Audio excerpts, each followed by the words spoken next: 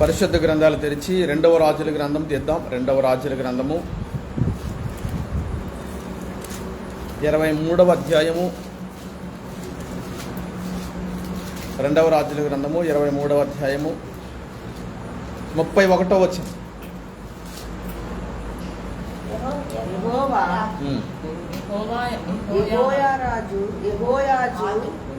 యెహోయాహాజు చదవండి.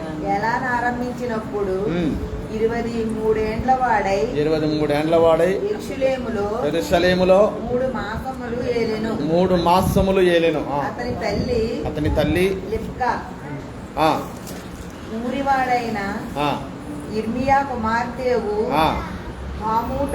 హమూటలా. ఇతడు తన పితరులు చేసినదంతటి ప్రకారముగా యెహోవా దృష్టికి చెడు నడత నడిచాను. చాలండి. ఇది చూసినట్లయితే కనుక యోషియా కుమారుడైనటువంటి యెహోయాహాజు గురించి రాత్రి మనం ధ్యానం చేయబోతున్నాం. ఎవరంట? యోషియా కుమారుడు.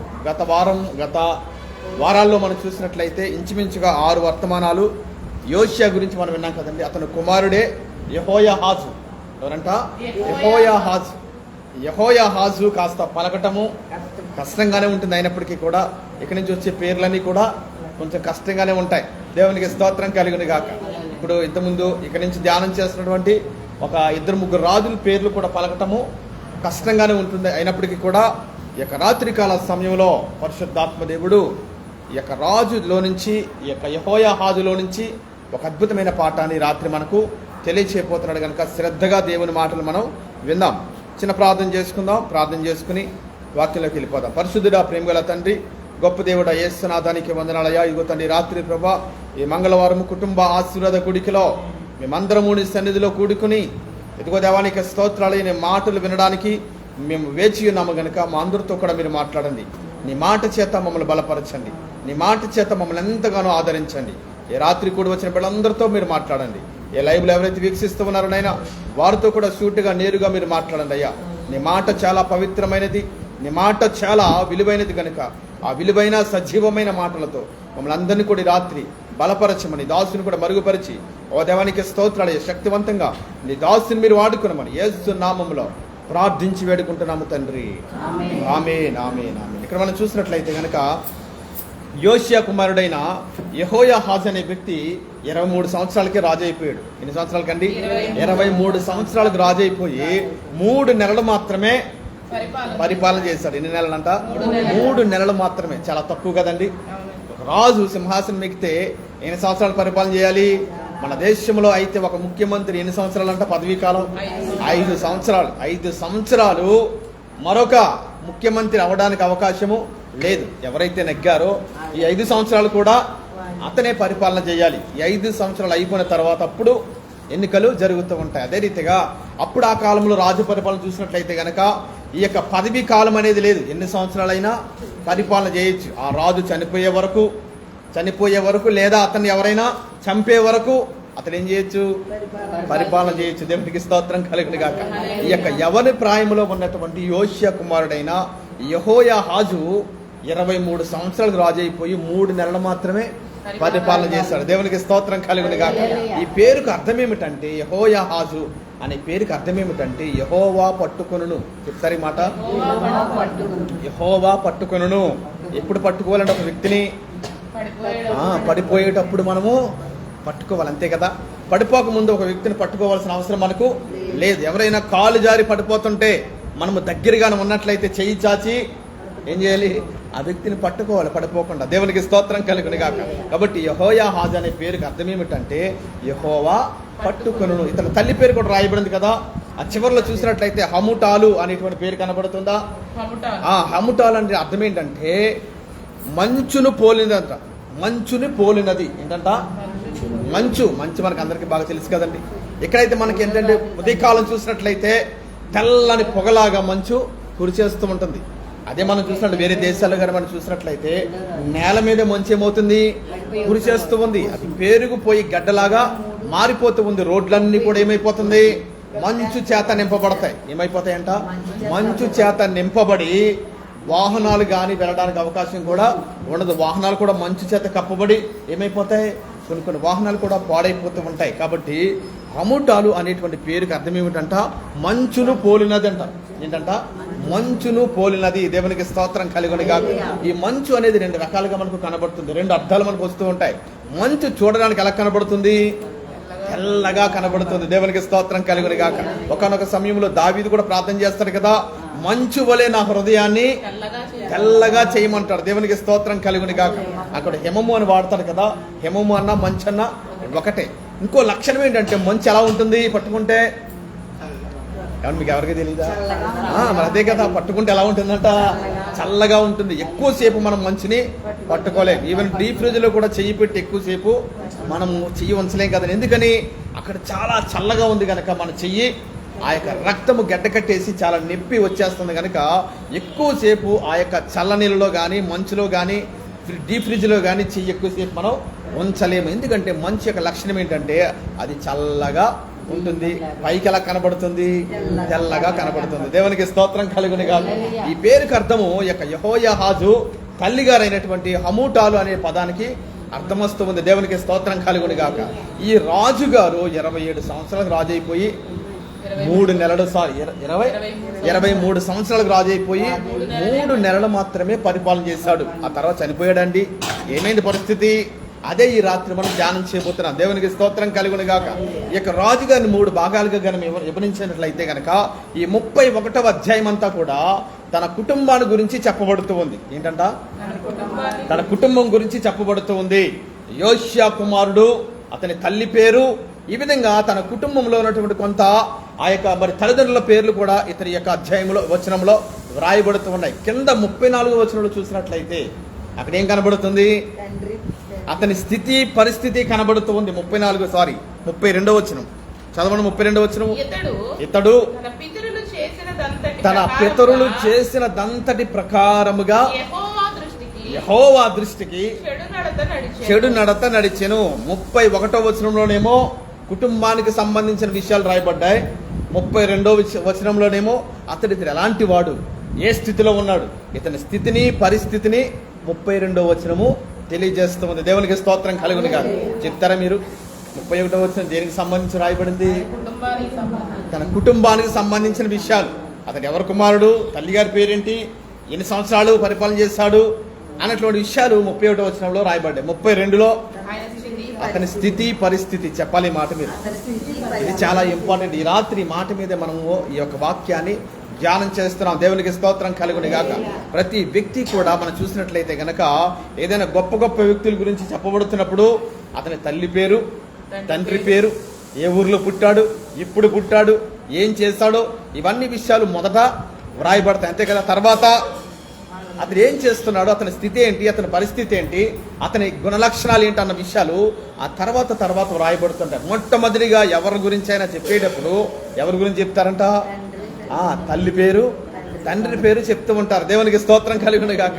ఇక్కడ కూడా మనం చూస్తూ ఉన్నాం ఈ యొక్క వాక్యంలో 31వ వచనంలో ఆ వ్యక్తి పేరు ఎంటర్ అయిన తర్వాత తన కుటుంబాన్ని గురించి కొన్ని విషయాలు ఇక్కడ పరిశుద్ధాత్మ దేవుడు రాస్తూ ఉన్నాడు. తర్వాత అతని స్థితి ఎలాంటిదంట, అతడు తన పితరులు ప్రవర్తించిన ప్రకారముగా చెడు నడత నడిచాడంట. చూసారండి, ఇది మంచిదా చెడ్డదా?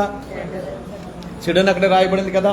అంటే దేవునికి ఇష్టం లేని ప్రవర్తన, దేవునికి ఇష్టం లేని నడవడిక ఈ యొక్క రాజుగారైన యెహోయాహాజు ప్రవర్తించినట్లుగా లేఖనములో చాలా స్పష్టముగా వ్రాయబడుతుంది. దేవునికి స్తోత్రం కలుగును గాక. మూడోది ఏంటో తెలుసా, తన స్థితి పరిస్థితి వలన అతనికి వచ్చిన దుస్థితి. చెప్తారు ఈ మాట, అతని స్థితి పరిస్థితి వలన అతనికి వచ్చిన దుస్థితి. దుస్థితి అంటే ఏమండి, దుస్థితి అన్న మాట ఇప్పుడు మీరు వినలేదా? ఏంటంటే దుస్థితి అంటే, దుస్థితి అంటే చెడా మంచా? చెడే కదండి. ఏమండి, ఏదైనా పని చేసిన తర్వాత ఆ పనికి వచ్చే ప్రతిఫలమే దుస్థితి, అంతే కదా. కాబట్టి ఇతని స్థితి పరిస్థితి వలన ఇతనికి వచ్చినటువంటి దుస్థితి 34వ వచనంలో రాయబడుతూ ఉంది. చూడండి, 33 నుంచి చదవండి. 33 చదవండి. 33.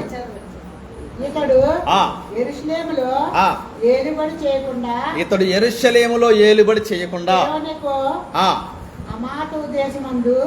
అమాతు దేశమందున్న ఉమ్. రిబ్లాపట్నం మందు ఉమ్. అతనిని ఉమ్.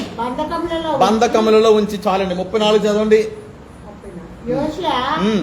యోషియా కుమారుడైన ఉమ్. ఎల్కాము ఉమ్. అతని తండ్రి అయిన ఉమ్. యోషియాకు ఉమ్. మారుగా ఉమ్. రాజుగా నియమించి ఉమ్. అతనికి ఉమ్. యెహోయాకీము అని పేరు పెట్టును. మారు పేరు పెట్టి ఉమ్. యెహోయాకీం రాజు ఉమ్. ఐగుప్తు దేశంలోకి కొనిపోగా ఉమ్. అతడు అతడు అక్కడ మృతి పొందెను. ఎవరంట? యెహోయాహాజు ఎక్కడ తీసుకెళ్లిపోయాడు? ఇప్పుడు ఐగుప్తుకి వెళ్ళిపోయిన తర్వాత అక్కడే మరణించాడు, అక్కడే పాతి పెట్టబడ్డాడు అని చూసారండి. ఇక్కడ చూసినట్లయితే కనుక ఈ 33, 34 వచనాలు అతని స్థితి పరిస్థితికి వచ్చిన దుస్థితి అర్థమవుతుందా మీకు? యెహోయాహాజు ప్రవర్తించినటువంటి తీరు, నడిచిన నడవడిక, దేవునికి వ్యతిరేకంగా చేసినటువంటి పనులకు అతనికి వచ్చినటువంటి శిక్ష ఏమిటంటే అతడు పరిపాలన చెయ్యకుండా, ఏంటంట 33లో మొదటి లైన్లో, అతడు పరిపాలన చెయ్యకుండా ఎక్కడ తీసుకెళ్ళిపోయాడు? రాజు హమాతు అనే పట్టణంలో తీసుకెళ్ళిపోయి బందీగా ఉంచేసి అక్కడి నుంచి ఐగుప్తుకి తీసుకెళ్ళిపోయి అక్కడ చంపేస్తాడు, అక్కడే పాతి పెట్టబడ్డాడంట యొక్క యెహోయాహాజు. దేవునికి స్తోత్రం కలుగును గాక. కాబట్టి రాత్రి మనం నేర్చుకునే పాఠం ఏమిటంటే 31వ వచనంలోనేమో కుటుంబానికి సంబంధించిన విషయాలు రాయబడ్డాయి. 32లో అతని స్థితి పరిస్థితి మర్చిపోకూడదు మీరు, ఏంటంట? అతని స్థితి పరిస్థితి. అతడు తన పితరులు ప్రవర్తించిన ప్రవర్తనంతటి ప్రకారముగా చెడు నడత నడిచాడు దేవుని దృష్టికి. అది అతని స్థితి. అతని పరిస్థితి ఏంటంటే చెడు నడత నడవటము. ఎప్పుడు కూడా మంచి పనులు చేసేటువంటి లక్షణం ఇతనిలో కనబడటం లేదు. ఎప్పుడు కూడా యవన ప్రాయంలో ఉన్నాడు. ఆ 3 మాసాల యొక్క పరిపాలన కూడా ఎంతో ఘోరంగా చూసారండి. ఎంతకాలము? 3 నెలలు. ఈ 3 నెలల్లోనే ఘోరమైన పనులు చేసేస్తే ఏమండి, ఒక 5 సంవత్సరాలు ఇస్తే ఎన్ని ఘోరమైన పనులు చేస్తాడు ఏమండి? లెక్క కట్టొచ్చు అవి. అందుకనే దేవుడు ఏం చేశాడు?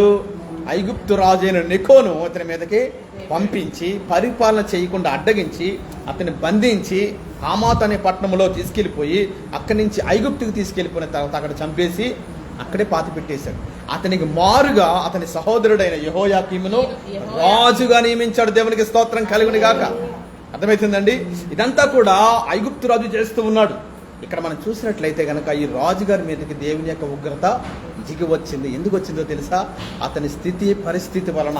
దీనివల్ల అంట అతని స్థితి పరిస్థితి వలన అతడు చెడు నడత నడిచాడు కనుకనే దేవుని దగ్గర నుంచి ఉగ్రత దిగి వచ్చింది. దేవునికి స్తోత్రం కలుగును గాక. కాబట్టి దేవుని బిడ్డలై మనము మన స్థితి పరిస్థితి నడవడిక ప్రవర్తన దేవుని దృష్టికి సరిగా ఉండాలి. అంతే కదండి?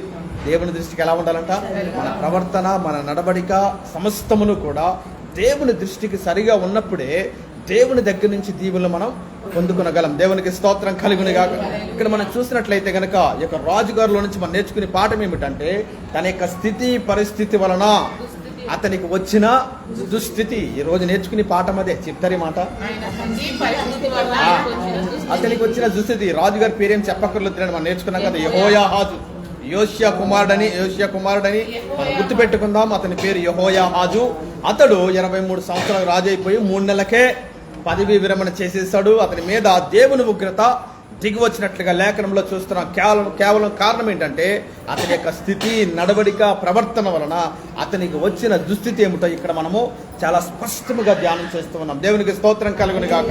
ఇప్పుడు దాని నుంచి మనం నేర్చుకునే పాఠం ఏమిటంటే పరిశుద్ధ గ్రంథంలో కూడా కొంతమంది భక్తులు వారి యొక్క ప్రవర్తన వలన నడవడిక వలన దేవుని దృష్టికి వారి నడిచినటువంటి తీరు వలన వారికి వచ్చినటువంటి కష్టాలు శ్రమలు ఇరుకులు ఇబ్బందులు కానీ మనం చూసినట్లయితే ఇదే కోవకు చెందినట్లుగా మనకు అనిపిస్తూ ఉంటాయి. మనం చూసినట్లయితే కనుక దావీదు కుమారుడైన అబ్షాలోము మనకు కనబడుతూ ఉంటాడు కదండి. ఎవరంట? అబ్షాలోము. ఈ అబ్షాలోము చాలా అందగాడంట. పరిశుద్ధ గ్రంథంలో మాట వ్రాయబడింది. చాలా అందగాడు. మరి ఒత్తైన జుట్టు కలిగిన వాడంట. అతనికి వచ్చినటువంటి జుట్టు చూసినట్లయితే కనుక ఆడవాళ్ళకు కూడా ఉండదంట. అంత మరి విపరీతంగా జుట్టు పెరుగుతూ ఉంది. సంవత్సరానికి ఒకసారి ఆ జుట్టును కత్తిరిస్తూ ఉంటే అది ఎంత వస్తుందో తూకం కూడా పరిశుద్ధ గ్రంథంలో రాయబడింది. చూడండి, అంత విపరీతమైన జుట్టు అతనికి కలిగి ఉన్నవాడుగా పరిశుద్ధ గ్రంథంలో రాయబడింది. ఇంకా చూసినట్లయితే మరి ఒత్తైన జుట్టు కలిగిన వాడు, అందగాడు, జ్ఞానవంతుడు. ఇంకా మనం చూసినట్లయితే యుద్ధ నేర్పరి. ఎలాంటి వాడంట? యుద్ధ నేర్పరి. దేవునికి స్తోత్రం కలిగిన గాక. తండ్రి ఎవరు? దావీదు కదా. మరి దావీదు యొక్క కుమారులు ఎలా ఉంటారండి? అన్ని విద్యల్లో కూడా ఆరితేరిన వారు, అన్ని విద్యల్లో ఆరితేరిన వారు, మరి సకల విద్యలు నేర్చిన వాడు, యుద్ధాన్ని నేర్పరి, అన్ని మరి యుద్ధానికి సంబంధించినటువంటి విలువిద్య కావచ్చు, ఖడ్గం ఎలా వాడాలో కావచ్చు, అన్నీ కూడా చిన్ననాటి నుంచే నేర్చుకుని ఉన్నవాడు అబ్షాలోము. దేవునికి స్తోత్రం కలుగును గాక. ఇంకొక మంచి లక్షణం ఏంటో తెలుసా? నాయకత్వపు లక్షణాలు కలిగిన వాడు. ఏంటంట? చిన్ననాటి నుంచే, యవన ప్రాయం నుంచే రాజ్యాన్ని దావీదు నుంచి తనకు తీసేసుకోవాలని ఎంతో చాకచక్యంగా ఒక మరి చక్కటి పథకం ప్రకారం ఏం చేశాడు? ఆ యొక్క రాజ్యాన్ని దావీదు దగ్గర నుంచి తీసుకులాగున అతడు ప్రవర్తించిన తీరు కూడా పరిశుద్ధ గ్రంథంలో వ్రాయబడింది. కాబట్టి అబ్షాలోము యొక్క చరిత్ర కానీ మనం చూసినట్లయితే, అతని ప్రవర్తన నడవడిక కానీ మనం చూసినట్లయితే తండ్రికి వ్యతిరేకంగా లేచాడు. చెప్తారు ఈ మాట. ఈ అబ్షాలోము గురించి 2 మాటలు మనం ధ్యానం చేయాలి. తన కన్న తండ్రికి వ్యతిరేకంగా లేచాడు, పరమ తండ్రికి వ్యతిరేకంగా లేచాడు. మీకు అర్థమైంది మాట? ఎవరంట? కన్న తండ్రికి వ్యతిరేకంగా లేచాడు, పరమ తండ్రికి కూడా వ్యతిరేకంగా లేచాడు యొక్క అబ్షాలోము. దేవునికి స్తోత్రం కలుగును గాక. ఇతనిలో భక్తి కోణాలు ఏ మాత్రము కూడా కనబడటం లేదు. తండ్రేమో ఎంతో భక్తిపరుడు, అంతే కదండి. తండ్రి ఎలాంటి వాడు? నిత్యము దేవుని స్తుతించేవాడు, దినానికి 7 మార్లు ప్రార్థించేవాడు. చూడండి, ఏ పని చేయాలన్నా ప్రార్థనా పూర్వకముగా మొదలెట్టేవాడే దావీదు. దేవునికి స్తోత్రం కలుగును గాక. అంత భక్తిపరుడైన, విశ్వాసి అయిన, యోగ్యుడైన, నీతిపరుడైనటువంటి దావీదు కొడుకుని ఎవరు పుట్టారంట? ఈ అబ్షాలోము అనేటువంటి కొడుకు పుట్టి కన్న తండ్రికి వ్యతిరేకంగా లేచి పరమ తండ్రికి ఏం చేస్తున్నాడు?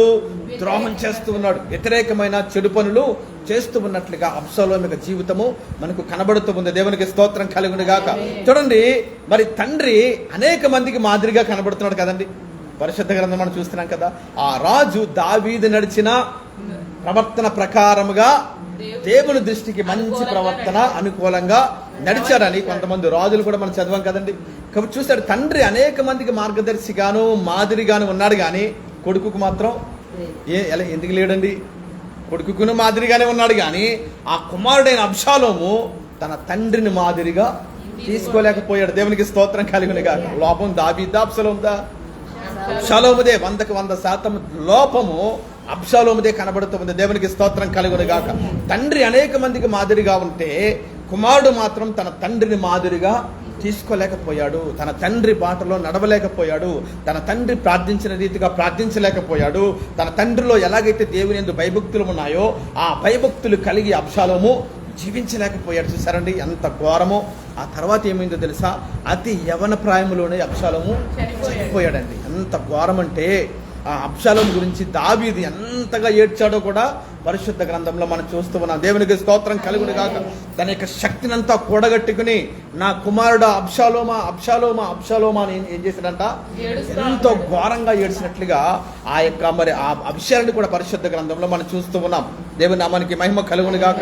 1 రోజు కాదు, 2 రోజులు కాదండి, కొన్ని దినాలు ఏడ్చాడు దావీదు అబ్షాలోము కొరకు. చూసారా, తండ్రికి వ్యతిరేకంగా లేచినప్పటికీ కూడా, చెడు ప్రవర్తన, చెడు నడవడిక కలిగిన వాడైనప్పటికీ కూడా తండ్రి తన కుమారుని మీద ప్రేమ చూపిస్తున్నాడు. దేవునికి స్తోత్రం కలుగును గాక. అదే రీతిగా మన పరమ తండ్రి కూడా మనము పాపము చేసిన, దేవుని దృష్టికి వ్యతిరేకమైన పనులు చేసిన తండ్రి కూడా మన గురించి అంగలారుస్తూ ఉన్నాడు, బాధపడుతూ ఉన్నాడు, జాలి పడుతూ ఉన్నాడు. దేవునికి స్తోత్రం కలుగును గాక. మనలను వదులుకోలేక మనను తన మార్గంలో నడిపించడానికి దేవుడు ఎంతగానో మన గురించి ఆయన చింతిస్తూ ఉన్నాడు. దేవునికి స్తోత్రం కలుగును గాక. కొన్నిసార్లు దేవుని మీదే మనము అలుగుతూ ఉంటాం. ఎందుకని? ఏమండి, దేవుని మీద మనం అలుగుతూ ఉంటాం కదా. ఎందుకంటే మనం అనుకున్న పని జరగనప్పుడు, ప్రార్థించినప్పుడు సమాధానం రానప్పుడు, దేవుని సన్నిధికి వస్తుండగా పరిస్థితి మారనప్పుడు దేవుని మీదే మనకేమొస్తుందంట? కోపం వచ్చేస్తూ ఉంది. చూసారండి, కాని మాటలు మన నోట పలుకుతాం, కానీ యోబు మాత్రం ఎప్పుడు కూడా దేవుణ్ణి దూషించలేదు. దేవునికి స్తోత్రం కలుగును గాక. దేవుడు ఇచ్చాడు, దేవుడు తీసుకున్నాడు, దేవుని నామమునకే మహిమ కలుగును గాక అని దేవుణ్ణే స్తుతించాడు, కానీ తన నోట నుంచి ఏ చెడు మాట కూడా అతను రానియ్యలేదు. దేవునికి స్తోత్రం కలుగును గాక. అది యోబు గారి యొక్క భక్తి. మరి దావీదు భక్తి చూసినట్లయితే చూడండి, కొడుకు మోసం చేసినా, ద్రోహం చేసినా, తిరగబడినా, వ్యతిరేకంగా లేచినా, చంపడానికే వచ్చినప్పటికీ కూడా తన కుమారుణ్ణి దావీదు ప్రేమిస్తూ ఉన్నాడు. దేవునికి స్తోత్రం కలుగును గాక. అదే రీతిగా మనలను కూడా దేవుడు ఎంతగానో ప్రేమిస్తూ ఉన్నాడు. కొన్ని సార్లు మనము ఫెయిల్ అయిపోతూ ఉంటాం, కొన్ని సార్లు మనం పడిపోతూ ఉంటాం, కొన్ని సార్లు దేవుని సన్నిధికి దూరం అయిపోతూ ఉంటాం, కొన్ని సార్లు చూసినట్లయితే కనుక మనం ఎక్కడెక్కడికో వెళ్ళిపోతూ ఉంటాం. మన ఆలోచన ప్రకారంగా, జ్ఞానం ప్రకారంగా పనులు చేస్తాము, కానీ ఏనాడు కూడా దేవుని యొక్క నీతిని కానీ చిత్తాన్ని కానీ మనం నెరవేర్చం కదండి. అయినప్పటికీ కూడా ఆయన మనలను ప్రేమిస్తూనే ఉన్నాడు. దేవునికి స్తోత్రం కలుగును గాక. అది దేవుని ప్రేమ. దేవుని నామానికి స్తోత్రం కలుగును గాక. అందుకనే దేవుడు శాశ్వతమైన ప్రేమతో మనలను ప్రేమిస్తూ ఉన్నాడు. దేవునికి స్తోత్రం కలుగును గాక. మనము ప్రేమించినా ప్రేమించకపోయినప్పటికీ కూడా ఆయన ప్రేమిస్తూనే ఉంటాడు. ఎందుకంటే మనమందరము ఆయన బిడ్డలము గనుక, ఆయన సొత్తుము గనుక, మనము పడిపోయినప్పటికీ, పాపం చేసినప్పటికీ, లోకంలోకి వెళ్ళిపోయినప్పటికీ దేవుని ప్రేమ మన మీద నిలిచే ఉంటుంది. దేవునికి స్తోత్రం కలుగును గాక. ఎలా నిలిచి ఉంటుందో తెలుసా? తన చిన్న కుమారుడు కావలసిందంతా కూడా పట్టుకుని ఎక్కడికి వెళ్ళిపోయాడు? పాపంలోకి, లోకంలోకి వెళ్ళిపోయాడు. తండ్రి చెప్తున్నప్పటికీ కూడా చిన్న కుమారుడు విన్నాడా అండి? వినకుండా తండ్రి మాటలు పెడచెవిని పెట్టి తనకు రావలసిన సొమ్మంతా కూడా మూట కట్టుకుని లోకంలోకి వెళ్ళిపోయి, ఒక పట్టణంలోకి వెళ్ళిపోయి ఏం చేశాడు? జలసాలు చేశాడు, షికార్లు చేశాడు, తనకు నచ్చిన పనంతా చేశాడు, తాగాడు, మరి చేయరాని అసహ్యమైన కార్యాలన్నీ కూడా చేసి ఏం పోగొట్టుకున్నాడంట? సంపదను పోగొట్టుకున్నాడు. ఎలా మిగిలిపోయాడంట? ఒంటరిగా, రిక్తునిగా మిగిలిపోయాడు. ఆ పట్టణంలో కరువు రాగా చిన్న ఆహారం కూడా అతనికి పెట్టేవారు దొరకటం లేదండి. కనీసం చివరికి ఏమయ్యాడంట? అందులో పొట్టైనా తినడానికి సిద్ధపడి వెళుతున్నప్పుడు అప్పుడు అనిపించింది, నా తండ్రి దగ్గర అనేక మంది పనివారు ఉన్నారు కదా, వారిలో ఒకని వలె నేను చేరినట్లయితే గనక నా కడుపుకి కాస్త ఆహారం దొరుకుతుందని పశ్చాత్తాపడి వస్తుంటే తండ్రి ఏం చేస్తున్నాడు? ఎదురు చూస్తూ ఉన్నాడు. దేవునికి స్తోత్రం కలుగును గాక. ఆ తండ్రే పరమందున్న ఆ దేవాతి దేవుడు. దేవునికి స్తోత్రం కలుగును గాక. కాబట్టి మనం తిరిగి వస్తామని దేవునికి తెలుసు. మనం ఎంత దూరం వెళ్ళిపోయినా, ఎన్ని ఘోరమైన పనులు చేసినా చివరికి ఎక్కడ రావాలి? అందుకనే దేవుడు ఎదురు చూస్తూనే ఉంటాడు. దేవునికి స్తోత్రం కలుగును గాక. మనం అనుకుంటాం, నేను దేవునికి దూరం అయిపోయిన ఇప్పుడు చాలా నాకు హాయిగా ఉంది, సంతోషంగా ఉంది, ఆనందంగా ఉంది, నాకు దేవుడు అవసరం లేదు అని మనకున్న కొద్దిపాటి జ్ఞానంతో మనం అనుకుంటాం. కానీ ఏదైనా శ్రమ వచ్చినప్పుడు వెంటనే దేవుని దగ్గరికి పరిగెట్టుకుంటూ వచ్చేస్తాం. దేవునికి స్తోత్రం కలుగును గాక. దేవునికి తెలుసు మనం ఎంత దూరం పారిపోయినా, ఎంత దూరం వెళ్ళిపోయినా తిరిగి వారు నా దగ్గరికే వస్తారని మన కొరకు ఆయన ఎదురు చూస్తూ ఉంటాడు. దేవునికి స్తోత్రం కలుగును గాక. అలా ఎదురు చూడటమే దేవుని యొక్క ప్రేమ. ఆయన ప్రేమ నిత్యము ఒకే రీతిగా మన మీద చూపిస్తూ ఉంటాడు. దేవునికి స్తోత్రం కలుగును గాక. మన ప్రేమలోనే ఏముంటాయంట? మార్పులు చేర్పులు, హెచ్చులు తగ్గులు ఉంటాయేమో కానీ దేవుని ప్రేమలో అవన్నీ ఏమి కూడా ఉండవు. ఆయన ప్రేమ ఎల్లప్పుడూ ఒకే రీతిగా ఉంటుంది. దేవునికి స్తోత్రం కలుగును గాక. ఇక్కడ మనం చూసినట్లయితే కనుక అబ్షాలోము తండ్రి మీదకి లేచాడు, వ్యతిరేకంగా నిలబడ్డాడు, ఘోరంగా తండ్రిని అవమానించాడు. కనీసం యుద్ధము చేసి తండ్రిని చంపేద్దామని కొంతమందిని పోగేసుకుని ఏం చేస్తున్నాడు? యుద్ధానికి వచ్చేసాడండి తండ్రి మీదకి. అయినప్పటికీ కూడా దావీదు ఏం చేశాడంట? ఏడ్చాడు అబ్షాలోము కొరకు. దేవునికి స్తోత్రం కలుగును గాక. కాబట్టి దేవుడు ఎప్పుడు కూడా మనలను ప్రేమిస్తూనే ఉంటాడు. దేవుని మనకి మహిమ కలుగును గాక. ఆయన ప్రేమించాడు గనుకనే తన ప్రియ కుమారుడైన యేసయ్యను ఈ లోకానికి పంపించాడు. దేవునికి స్తోత్రం కలుగును గాక. దేవుడు లోకమును ఎంతో ప్రేమించెను. యోహాను సువార్త 3:16 ఉంటుంది కదా. కాబట్టి లోకాన్ని అనగా మనలందరినీ కూడా దేవుడు ప్రేమించాడు గనుకనే తన ప్రియ కుమారుడైన యేసుక్రీస్తు ప్రభుల వారిని లోకానికి ఆయన పంపించాడు. దేవుని నామానికి స్తోత్రం కలుగును గాక. కాబట్టి ఇక్కడ మనం నేర్చుకునే పాఠం ఏమిటంటే, ఇదిగో మన స్థితి, మన పరిస్థితి ఎక్కడ నడిపిస్తుందంట? అది ఆ మాట మీరు మర్చిపోకూడదు. మన స్థితి, మన పరిస్థితి ఎక్కడ నడిపిస్తుంది? దుస్థితిలోకి నడిపిస్తూ ఉంది, శ్రమలోకి నడిపిస్తూ ఉంది, చెరలోకి నడిపిస్తూ ఉంది, మరణంలోకి అది నడిపిస్తూ ఉంది. దేవునికి స్తోత్రం కలుగును గాక. కాబట్టి మన స్థితి, మన పరిస్థితి, మన నడవడిక దేవుని దృష్టికి ఎలా ఉండాలంట? అనుకూలంగా ఉండాలి. దేవుని దృష్టికి ఇష్టపూర్వకంగా ఉండాలి. అప్పుడే దేవుని యొక్క కృపను మనము పొందుకుంటాం. ఆయన ప్రేమ మన మీద శాశ్వతముగా నిలిచి ఉంటుంది. దేవుని నామానికి మహిమ కలుగును గాక. హల్లెలూయా. రెండవదిగా కానీ మనం చూసినట్లయితే కనుక పరిశుద్ధ గ్రంథంలో చూడండి, మనం చూద్దాం. 2వ దినవృత్తాంతాల గ్రంథము 19వ అధ్యాయము 2వ వచనం. 2వ దినవృత్తాంతాలు 19వ అధ్యాయము 2వ వచనం. దీర్ఘదర్శి హనానీ కుమారుడగు యేహూ అతనిని ఎదుర్కొనబోయి రాజైన యెహోషాపాతుకు ఇలాగు ప్రకటన చేసెను, చేసెను, నీవు భక్తిహీనులకు సహాయము చేసి ఆ. యెహోవా శత్రువులకు స్నేహితుడు వైదివి కదా, అందువలన యెహోవా సన్నిధి నుండి కోపము నీ మీదకి వచ్చును. సరే, అయితే చాలండి. ఏమొచ్చిందంట అతని మీదకి? ఎవరి కోపము? దేవుని కోపం. ఇక్కడ చూసినట్లయితే కనుక మనుషుల కోపం ఏమో ఒకలా ఉంటుంది, దేవుని కోపం ఒకలాగా ఉంటుంది. దేవుని కోపం మనం తట్టుకోగలమండి? ఈ లోకములో ఎవరైనా తట్టుకోగలరా? దేవుని కోపాన్ని ఎవరూ కూడా తట్టుకోలేం. దేవునికి స్తోత్రం కలుగును గాక. ఎందుకంటే ఆ కోపాన్ని తట్టుకునే శక్తి మనలో లేదు. దేవుని కోపం ఏ రీతిగా వస్తుందో, ఎలా వస్తుందో, తెగుల్లాగా వస్తుందో, కష్టంలాగా వస్తుందో, కరువులా వస్తుందో అది మనకి తెలియదు. దేవుని కోపము ఏ రీతిగా మన మీద పడుతుందో మనం అది గ్రహించలేం. దేవునికి స్తోత్రం కలుగును గాక. తెలిసి ఏదైనా శ్రమ వచ్చిందనుకోండి, మనం ఏం చేస్తాం? ఏదోలాగిన దాన్ని తప్పించుకోవడానికి, తొలగించుకోవడానికి మనం ప్రయత్నాలు చేస్తాం. అదే దేవుని దగ్గర నుంచి కోపం వస్తే దాన్ని మనం ఏం చేయలేమంట? తట్టుకోలేం. దాని నుంచి మనం ఎక్కడికి కూడా పారిపోలేము. దేవునికి స్తోత్రం కలుగును గాక. ఇక్కడ యెహోషాపాతు మీదకి ఏమొచ్చింది? ఇప్పుడు దేవుని కోపం వచ్చింది. ఎందుకని? అతడు దేవుని దృష్టికి చెడు నడత నడిచాడు గనకనే. చూసారండి, చెడు నడత నడిచాడు గనకనే ఏమొచ్చిందంటే ఇప్పుడు దేవుని దగ్గర నుంచి, ఆ పరలోక పట్టణములో నుంచి ఒక శాపము, కోపము యెహోషాపాతు మీదకి దిగి వస్తుందని ఒక ప్రవక్త వచ్చి చెప్తుంటే ఆ తర్వాత ఏమైంది తెలుసు? చదవనమ్మకి ఎందుకు? అయితే దేశంలో నుండి నీవు దేవతా స్తంభములను తీసివేసి దేవుని యొద్ద విచారణ చేయుటకు నీవు మనస్సు నిలుపుకొని ఉన్నావు. నీ యందు మంచి క్రియలు కనబడుచున్నవి. దేవునికి స్తోత్రం కలుగును గాక అని వాక్యాన్ని ముగించాడు కదా అక్కడ ఆ వచనంలో. నీ యందు మంచి క్రియలు కనబడుచున్నవి అన్న వాక్యము సెపరేట్ గా మనకు కనబడుతుంది. అదొక వచనం గాను, ఒక లైన్ గా అది మనకు కనబడుతుంది. దేవునికి స్తోత్రం కలుగును గాక. ఈ మాట పై మాటలో ఏమాత్రము కూడా అది కనెక్ట్ చేయబడలేదు. ఎందుకంటే అది కలపబడి లేకుండా అది సెపరేట్ గా వచనము మనకు కనబడుతుంది. ఏ వచనము? నీ యందు మంచి క్రియలు కనబడుచున్నవి. దేవునికి స్తోత్రం కలుగును గాక. ఇక్కడ మనం ఒక విషయాన్ని గమనించాలి. దేవుని దగ్గర నుంచి ఏమో ఒక ఉగ్రత దిగి వచ్చేసింది, ఒక కోపం దిగి వచ్చింది. దేవుడు ఏమన్నాడు? మరలా నీ యందు మంచి క్రియలు కనబడుచున్నవి కాబట్టి నా కోపాన్ని నేను అణుచుకుంటున్నానని దేవుడు యెహోషాపాతుతో పలుకుతున్న మాట ఇది. దేవునికి స్తోత్రం కలుగును గాక.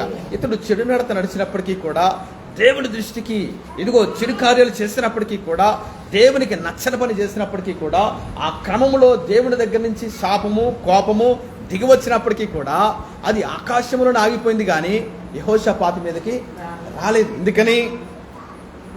ఎందుకని రాలేదండి?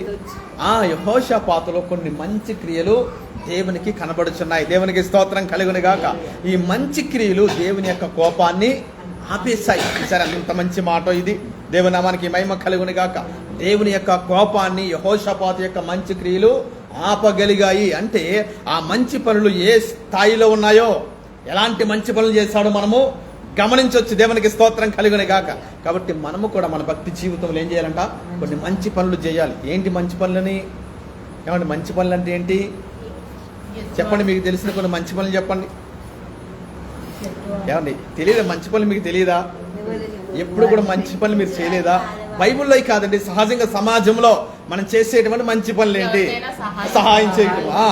బైబిల్లో చెప్పొద్దు. సహజంగా ఈ లోకంలో మనం చేసేటువంటి పనులు, ఎవరైనా బాధల్లో ఉన్నవారిని ఆదుకోవడము, కష్టాల్లో ఉన్న వారికి సహాయం చేయడము, ఎవరైనా ఇంట్లో బియ్యం అయిపోయినప్పుడు మనము 2 కేజీలు బియ్యం ఇవ్వటము, అది మంచి పనే. దేవునికి స్తోత్రం కలుగును గాక. అర్థమవుతుందండి?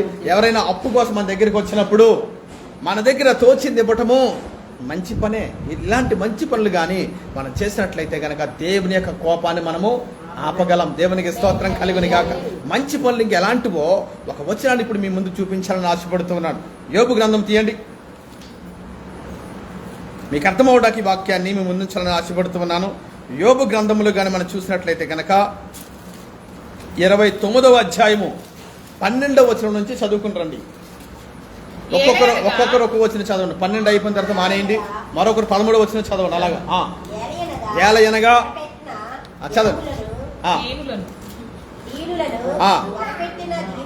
మొరపెట్టిన దీనులను, తండ్రి లేని వారిని, ఏంటండి సహాయము లేని వారిని నేను విడిపించి తిని. అయిపోయింది వచనము అయిపోతుంది. మరొకరు 13 వచనం చదవండి.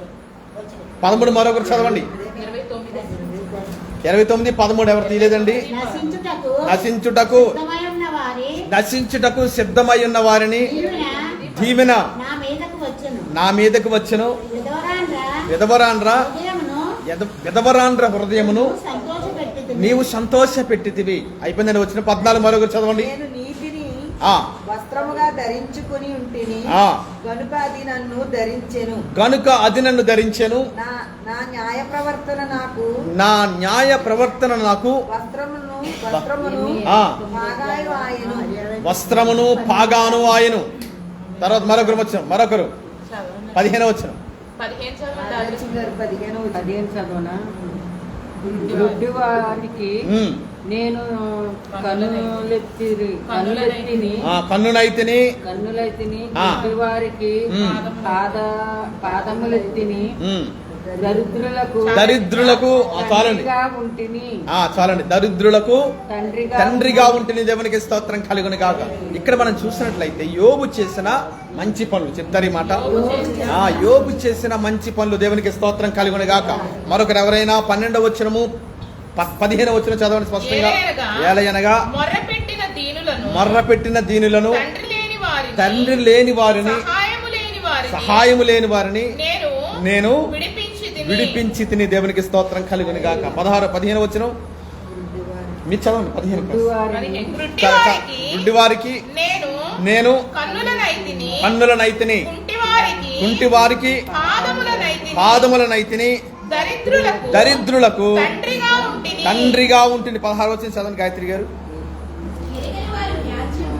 ఎరుగని వారు వ్యాజ్యమును నేను శ్రద్ధగా విచారించి తిని. అంతేనండి. ఇక్కడ మనం చూసినట్లయితే కనుక యోబు చేసిన మంచి పనులు చెప్తారు ఈ మాట. మంచి పనులు మంచి క్రియలు అంటే ఎలా ఉంటాయి? ఇదిగో ఇలాగే ఉంటాయి. ఎలా ఉంటాయంట? యోబు చేసినట్లుగా మనకు కనబడుతూ ఉంటాయి. చూసారా? దిక్కులేని వారిని మరి దరిద్రులను నేను విడిపించాను అని ఘనంగా గర్వంగా ఈ యొక్క మాటను యోబు పలుకుతూ ఉన్నాడండి. దేవునికి స్తోత్రం కలుగును గాక. నిరాయుధులను నేను విడిపించాను, సహాయం చేశానని ఇక మాటలు ఎంతో స్పష్టంగా యోబు గారు పలుకుతున్నట్లుగా ఇక్కడ మనం చూస్తూ ఉన్నాం. దేవునికి స్తోత్రం కలుగును గాక. 16వ వచనంలో చూసినట్లయితే గనక ఎరుగని వారి చదవండి మరొకసారి వచనం. ఎరుగని వారి వ్యాజ్యమును నేను శ్రద్ధగా విచారించాడంట. అంటే అతను ఎవరో ఇతనికి తెలియదు. ఒక గొడవ వచ్చింది, ఒక తీర్పు తీర్చాలి, వారెవరో ఇతనికి తెలియదు. కానీ ఏమన్నాడు? వారి యొక్క వ్యాజ్యమును వారి యొక్క గొడవను చాలా శ్రద్ధగా విని ఏం చేశాడు? తీర్పు తీర్చాడంట. దేవునికి స్తోత్రం కలుగును గాక. చూసారా? ఈ యొక్క కార్యాలన్నీ కూడా మనం చూసినట్లయితే కనుక ఎంతో మంచి క్రియలుగా మనకు కనబడుతూ ఉన్నాయి. యోబు ఈ యొక్క మంచి క్రియలు చేశాడు కనుకనే దేవుని యొక్క కృప అతని మీద నిలిచి ఉంది. దేవుని నామానికి స్తోత్రం కలుగును గాక. కాబట్టి ఈ లోకములో మనం భక్తితో పాటు కొన్ని మంచి పనులు కూడా చేయాలి. చేసినప్పుడు ఏదైనా మరి దేవుని కోపం మన మీదకి దిగి వచ్చినప్పుడు మనము చేసిన మంచి క్రియలే మనల్ని కాపాడుతాయి. దేవునికి స్తోత్రం కలుగును గాక. హల్లెలూయా, హల్లెలూయా. ఈ లోకములో ఉన్నవారికి ఈ నీతి బాగా తెలుసండి. ఏ నీతి? పుణ్యం చేస్తే మంచి జరుగుతుందని, పుణ్యం చేస్తే మనకు ఆయుస్సు పెరుగుతుందని ఈ యొక్క నీతి యొక్క మరి విషయాలన్నీ కూడా వారికి తెలుసు కనుకనే ఏం చేస్తూ ఉంటారు? కొన్ని దాన ధర్మాలు కానీ మంచి పనులు కానీ రకరకాల పనులు కానీ వారు చేస్తూ ఉంటారు. ఎందుకనో తెలుసా? ఇలా గాని చేసినట్లయితే మనకి మేలు కలుగుతుందని వారికి తెలుసు. కాబట్టి దేవునికి స్తోత్రం కలుగును గాక. కాబట్టి దేవుడు చాలా స్పష్టంగా చెప్తూ ఉన్నాడు, నీవు కొన్ని మంచి పనులు చేయాలి, ధర్మ కార్యాలు చేయాలి. అలా చేసినట్లయితే గనక దేవుని దగ్గర నుంచి నీకు అనేకమైన మేలులు దిగి వస్తాయి. దేవునికి స్తోత్రం కలుగును గాక. ఒకవేళ ఏదైనా పాపంలో పడినప్పుడు దేవుని దగ్గర నుంచి కోపం కానీ ఉగ్రత కానీ మన మీదకి వచ్చినప్పుడు మన మంచి క్రియలే మనల్ని కాపాడుతాయి. దేవుని నామానికి స్తోత్రం కలుగును గాక. కాబట్టి ఇక్కడ యెహోషాపాతు దేవుని దృష్టికి వ్యతిరేకంగా నడిచినప్పటికీ కూడా అతడు చేసిన మంచి పనులే దేవుని యొక్క కోపాన్ని ఆపేసాయంట. చూసారని ఎంత మరి ఉన్నతమైనటువంటి చక్కని మాట ఇది. దేవుని నామానికి మహిమ కలుగును గాక. హల్లెలూయా. మూడవదిగా మనం చూద్దాం. యెషయా గ్రంథంలోకి వచ్చినట్లయితే కనుక చూడండి. యెషయా గ్రంథము 22వ అధ్యాయం 15వ వచనం.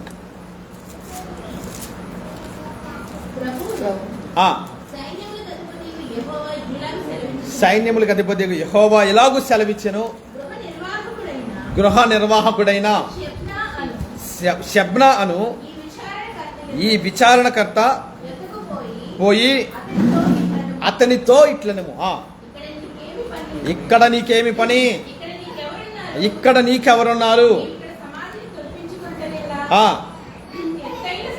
ఎత్తైన స్థలములో సమాధిని తొలిపించుకొని చున్నాడా,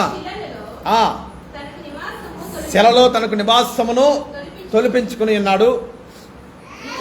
ఇదిగో ఇదిగో బలాఢ్యుడు ఒకడు విసిరివేయినట్లు యెహోవా నిన్ను వడిగా విసిరివేయును. చాలండి. ఇక్కడ మనం చూసినట్లయితే కనుక ఇక్కడి నుంచి దేవుని యొక్క కోపము, దేవుని యొక్క ఉగ్రత ఆ షెబ్నా మీదకి ఎలా దిగి వచ్చిందో ఇక్కడ మనం చూస్తూ ఉన్నాం. దేవునామానికి మహిమ కలుగును గాక.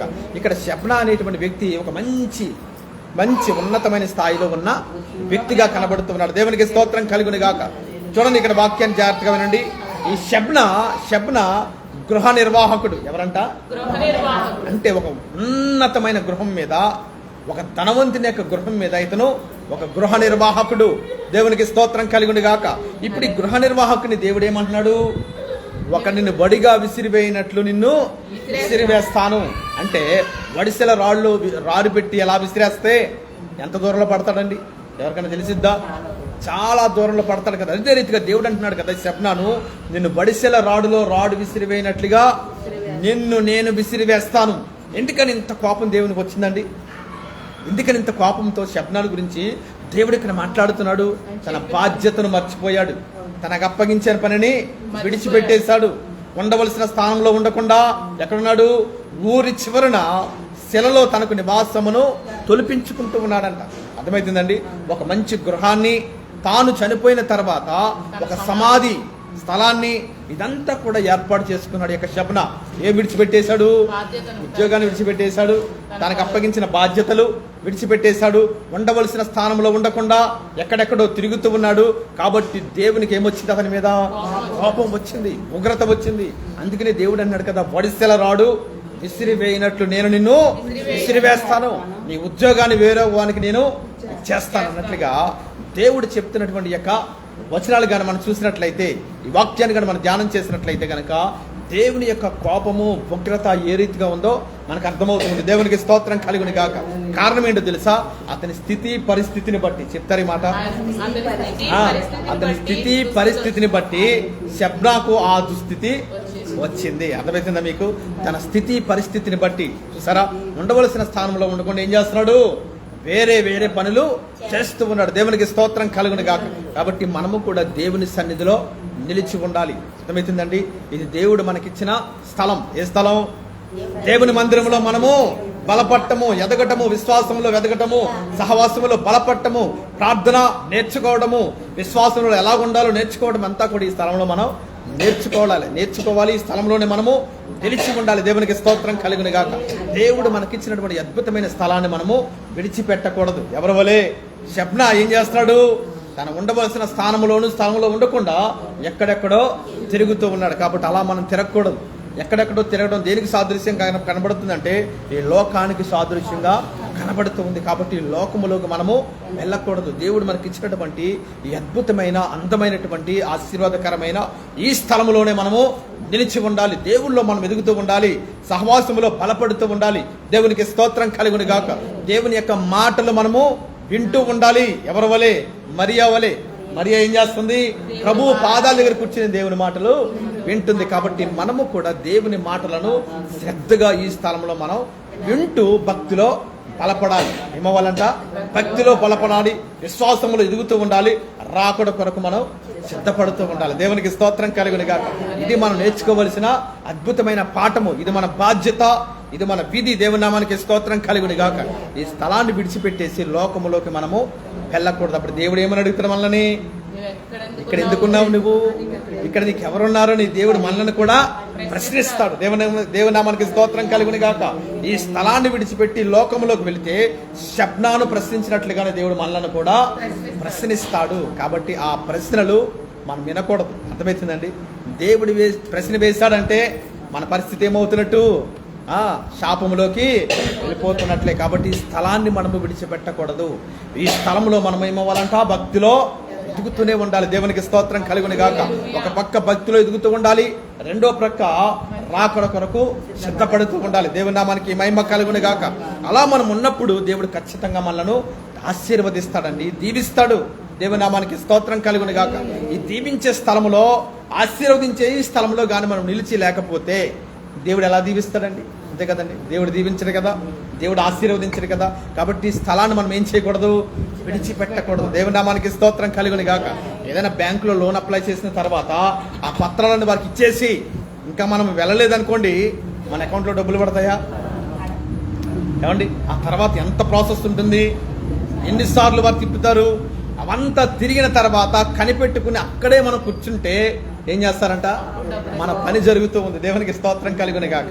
అదే రీతిగా ఇక్కడ కూడా మన యజమానుడైన ఆ యేసయ్య పాదాలు విడిచిపెట్టకుండా ఈ సన్నిధిలోనే కనిపెట్టుకుని ఉన్నట్లయితే గనక ఏం చేస్తాడు, ఆయన మనల్ని కనికరిస్తాడు, ఆయన మనల్ని కరుణిస్తాడు. దేవునామానికి స్తోత్రం కలుగును గాక.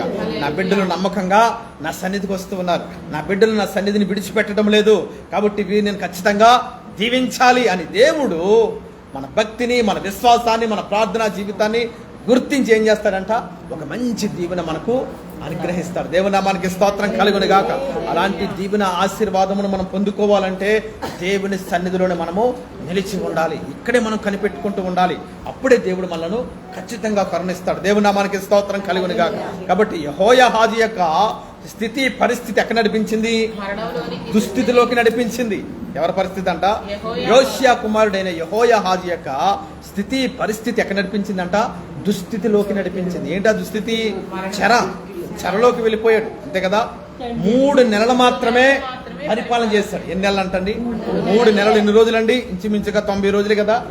90 రోజులు మాత్రమే సింహాసనం మీద ఉండి ఎంత ఘోరాతి ఘోరంగా చెడు పనులు చేశాడంటే వెంటనే దేవుడు ఏం చేశాడు, ఒక ఉగ్రత పంపించేశాడు.